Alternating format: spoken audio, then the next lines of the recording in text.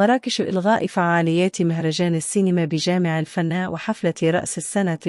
تم رسميا مساء يومه الجمعة 17 نوفمبر إزالة المعدات الخاصة بمهرجان مراكش الدولي للفيلم بجامع الفناء، وتفكيك الشاشة الكبرى التي وصل تركيبها مراحل جدا متقدمة.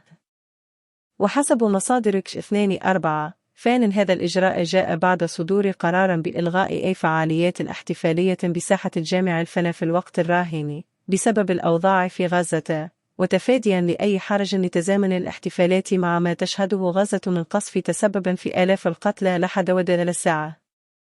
كما يشمل الأمر وفق مصادرنا إلغاء حفل نهاية السنة التي عادة ما ينظمها المغني الفرنسي من أصل كونغولي ميتر جيمس، حيث لم يحصل بدوره على الترخيص لنصب منصة الاحتفال بساحة جامع الفناء.